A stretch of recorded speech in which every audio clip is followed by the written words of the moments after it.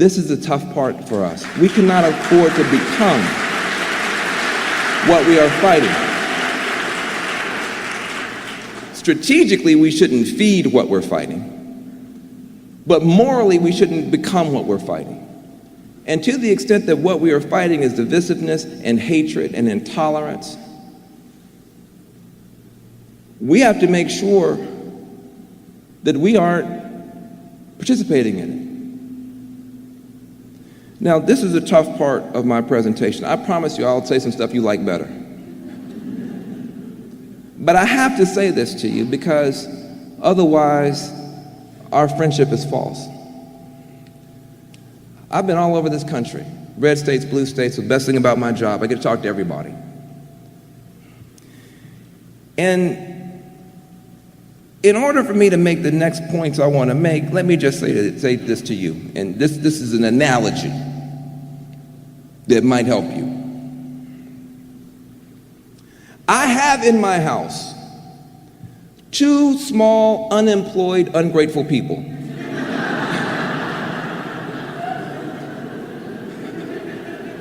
I don't know how they got there. I don't know why they think my name is Uber or Lyft. But their basic role in life, their basic assessment is that there are these tall people in the house who are supposed to drive them places, and that they have the worst staff in the world because we ask them to do things. What I've noticed about these small people is that their fundamental organizing activity in life is called soccer, okay?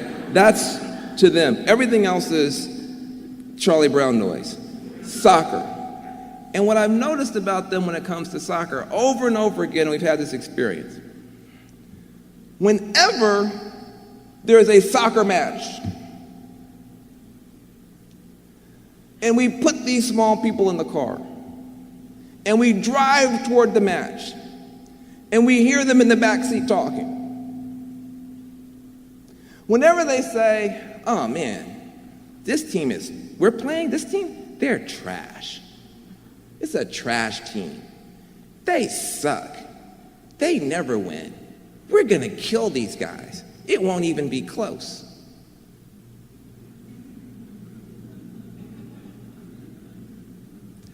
On the way home,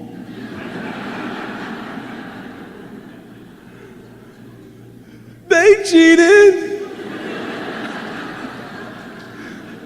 The ref sucked. It was Comey's fault. It was the Russians.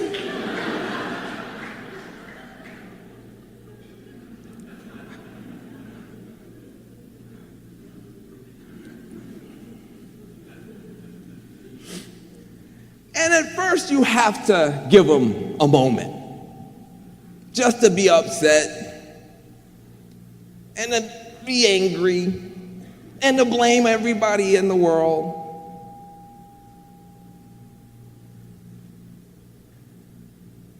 But if you let that go on too long, you're the worst parent in the world. Because at some point you have to ask these people, yes, all that could be true, but was there anything you could have done? Was there any choice you could have made? Is there any way you could have been better in that match? Because I don't think you're going to become champions criticizing the other team. I think you become champions looking at our own selves and getting better every day. And here's what I want to say to my fellow liberals and progressives and Democrats and leftists. And if you're not one of them, you probably have met some of us, so just be patient.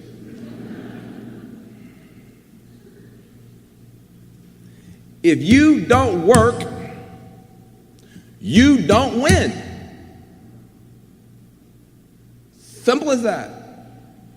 You don't work, you don't win. You sit up and tell everybody for 12 months that your candidate cannot lose and the other candidate cannot win, and you don't work, you're going to lose. Now, you can, if you want to have a conversation about Nazis and Comey and all that, you can certainly have it. But fundamentally, you have a very small problem, which is that 3,800 counties in America, 3,800 counties in America, right? 100 of 3,800, 100 counties went from Obama blue to Trump red. 100 counties out of 3,800. Out of 120 million votes cast, you lost, if you're a Democrat, by 70,000 votes. 70,000 votes out of 120 million. 10,000 in Michigan, the rest split between Ohio and Pennsylvania. So on election night, you had a 70,000 vote problem out of 120 million and a 100 county problem out of 3,800. And you decided that what the election actually proved is there are 70 million Nazis in America and nobody told you. That's a fundamental analysis for most liberals. We didn't know that there were 70 million Nazis in America. We've now elected Hitler, and America sucks.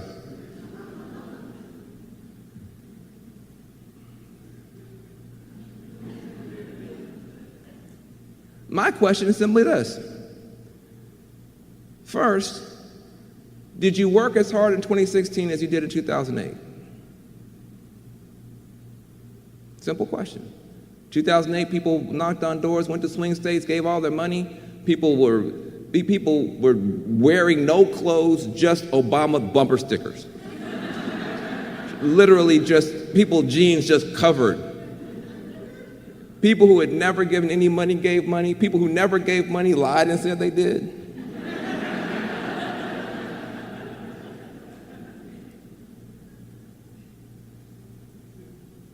The reason you're depressed is because you have the wrong analysis of what the problem is. You are depressed because you feel suddenly helpless, powerless. You've been triggered and re-traumatized back to the same way you were, the same way I was when we were children. Nobody in here picked to hear Van Jones over Lauryn Hill except you're a weirdo. And been weird your whole life. Everybody in this room, let's just be honest. We're the weird ones. We're the ones that, from little children, too sensitive. We got people in here with gray hair. When you were a child, you would cry for other kids who were being mistreated. More than you cried, than the kid themselves cried. Everybody in here. You wouldn't be here. You couldn't stand to see somebody mistreated in your house or any place else. You see somebody kicking a dog, you'd be crying, even if it wasn't your dog. You've been weird your whole life. You have. We have. And so, you then, like me, tried to figure out some way to do with this big old heart. And you took jobs where you barely got paid nothing, helped people who are as ungrateful as my children, and you did it for a living, supported every lost cause, and still do it. But you had thought that at some point you would be big enough and strong enough and your movement would be able to change everything, and now you're back on your ass. And the bully won. And now every nightmare you've ever had, gets triggered in your mind every morning. You wake up halfway all right, and then you reach for the phone and freak out. And freak out all day, and then try to get some sleep. I know you. Because we have those inner wounds that somebody is masterfully manipulated to keep us upset, to keep us feeling helpless, to keep us feeling like we don't count, to keep us feeling powerless. And you keep falling for it. I told everybody day one that this man might run the White House. He's not going to run my house. He's not going to run my house. He's not going to run my house. I'm not, I had too much therapy. I'm sorry, too much therapy. He's not going to run my house. Your problem is the opposite of what you think it is. You think you're powerless. If you were powerless, these people wouldn't be acting a fool. You call yourself the resistance. What the hell is wrong with you? You're not the resistance. You're the hope. You're the salvation. You're the best thing this country's ever produced. They are resisting you. You're not resisting them. They are resisting you. They are resisting your brilliance. They're resisting your genius. They're resisting your love. They're resisting you. Yes. When you got yourself off your butt to help a little nobody, big-eared, Muslim name, biracial black kid who had been in the Senate for 13 minutes become president of the United States, you made history. When you stood up, you made history. And when you sat down in 2016, you made history too. If you stand up and make history, and you sit down and make history, that doesn't mean you're powerless. It means you're powerful. You didn't use the power that you had when you should have. But a breakdown can lead to a breakthrough if you use it right. A breakdown can lead to a breakthrough if you use it right. So, I'm not going to become what I'm fighting. These people don't scare me. They don't fool me. Nobody snatches babies away from mothers from a position of strength. Nobody does that. Nobody in their right mind, nobody who loves themselves, nobody who has any sense of self-worth and decency and dignity snatches babies away from mothers. You do that when you are coming from a place of fear and self-loathing and nobodiness, which I'm not going to add to. I'll fight you straight up. I'll vote against you, I'll march against you, but you're not going to convince me to become you, because I know better. I'm a Democrat, proud of it, but that Republican Party, Party of Lincoln, born as a radical anti-slavery party, born as a party that's supposed to stick up for everybody, supposed to be a party committed to liberty, limited government, individual rights. The Party of Lincoln should be the party of Steve Bannon. They know better than that. I'm not going to sit up here and pretend that as a liberal and as a progressive, I don't need conservatives to battle with, to get to good ideas.